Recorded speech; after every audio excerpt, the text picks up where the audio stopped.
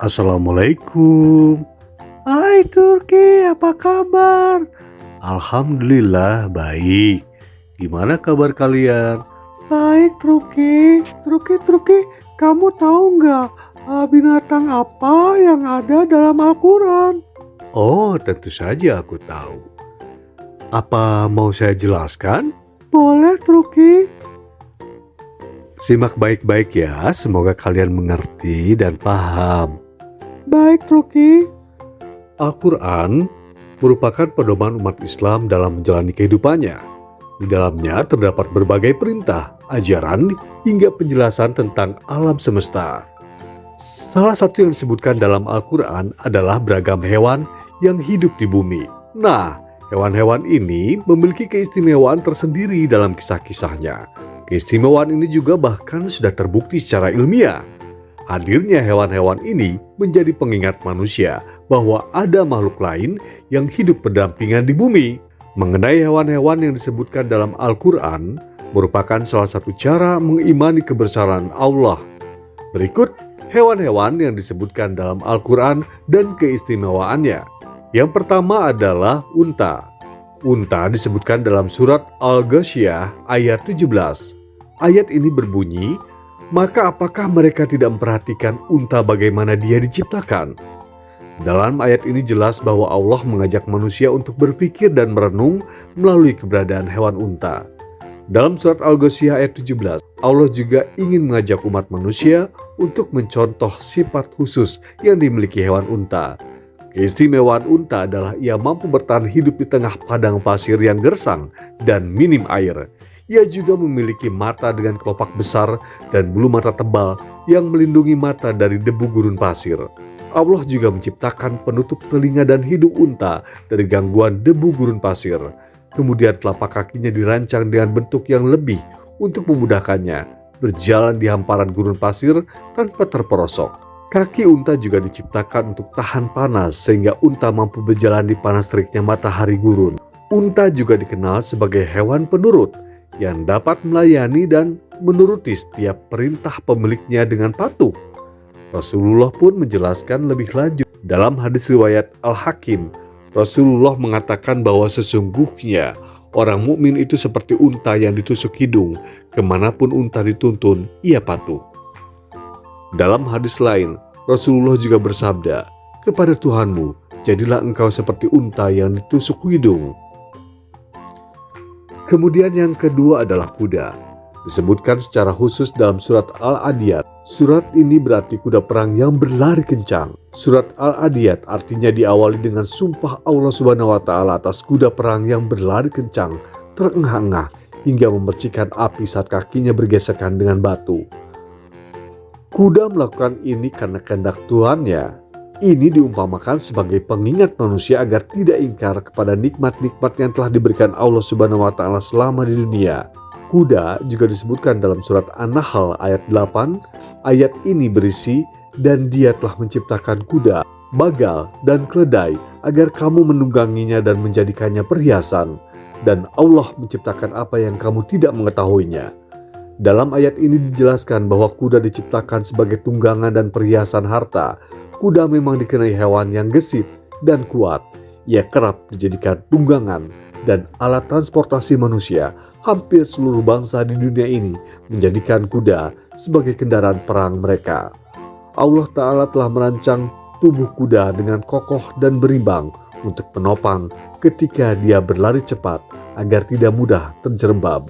Kemudian yang ketiga adalah lebah. Lebah disebutkan dalam surat An-Nahl, salah satunya yang berbunyi, dan Tuhanmu mengilhamkan kepada lebah, buatlah sarang-sarang di bukit-bukit, di pohon-pohon kayu, dan di tempat-tempat yang dibikin manusia. An-Nahl sendiri berarti lebah. Allah mewahyukan kepada lebah untuk membuat sarang-sarang di perbukitan, pepohonan, dan bangunan-bangunan yang dibuat manusia, dan lebah mentaatinya. Keistimewaan lebah adalah ia merupakan hewan yang menghasilkan madu. Madu berasal dari bermacam-macam sari bunga dan dia menjadi obat bagi bermacam-macam penyakit manusia. Lebah sering dijadikan pengibaratan orang saleh di mana ia mengambil yang baik-baik dan mengeluarkan yang baik-baik pula. Kemudian hewan yang disebutkan dalam Al-Quran adalah semut. Semut terabadikan dalam surat An-Naml. yang juga berarti semut. Karena pada ayat 18 dan 19 terdapat perkataan Anamos, di mana Raja Semut mengatakan kepada anak buahnya agar masuk sarangnya masing-masing supaya jangan terlindas oleh Nabi Sulaiman dan tentaranya yang akan melewati tempat itu. Dalam Islam, semut merupakan hewan yang istimewa. Semut dikenal dengan cara hidupnya yang berkelompok dan saling bergotong royong. Satu semut memang dianggap rapuh, namun sekelompok semut dapat melawan kelompok lain.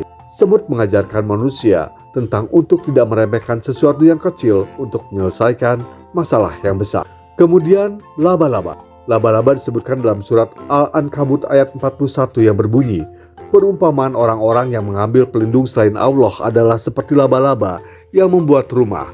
Dan sesungguhnya rumah yang paling lemah ialah rumah laba-laba sekiranya mereka mengetahui. Meski sarangnya disebut lemah, laba-laba merupakan hewan istimewa dalam Islam. Hewan inilah yang melindungi Nabi Muhammad SAW dan Abu Bakar dari kejaran kaum kafir. Pada saat itu, laba-laba membuat sarang di mulut gua tempat Rasulullah SAW bersembunyi. Akibatnya, kaum kafir mengira bahwa Rasulullah tidak bersembunyi di dalamnya karena ada sarang laba-laba yang masih menempel di mulut gua.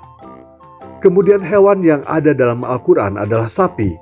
Sapi juga merupakan nama satu surah dalam Al-Quran, yaitu surat Al-Baqarah, yang berarti sapi betina.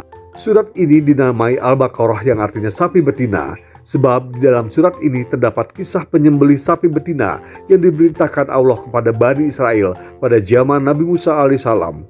Sapi betina dalam surat Al-Baqarah bermakna berhenti bertanya-tanya atau meminta penjelasan untuk sesuatu yang sudah jelas adanya.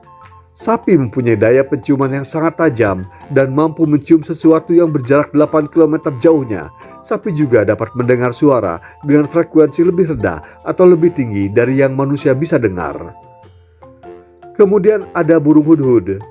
Burung hudhud disebutkan dalam surah An-Naml ayat 20 yang berbunyi, dan dia memeriksa burung-burung lalu berkata, "Mengapa aku tidak melihat hudhud? Apakah ia termasuk yang tidak hadir?" Dalam Islam, burung hudhud erat dengan kisah Nabi Sulaiman alaihissalam. Nabi Sulaiman alaihissalam menggunakan burung hudhud yang mempunyai keperluan seperti membawakan surat, mencari air, dan memantau keberadaan bangsa lain.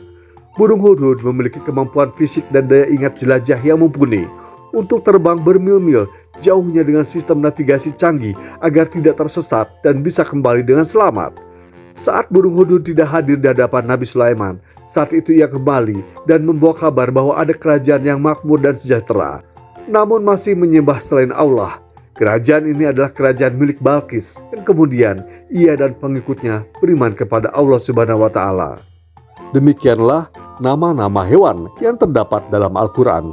Apakah ada yang perlu ditanyakan? Aku mengerti, Tuki. Sungguh istimewanya hewan tersebut disebutkan dalam Al-Quran. Ya. Gimana? Apakah kalian sudah mengerti? Sudah, Truki. Makasih ya. Baiklah, kalau kalian sudah mengerti, cukup sekian dulu ya. Wassalamualaikum warahmatullahi wabarakatuh.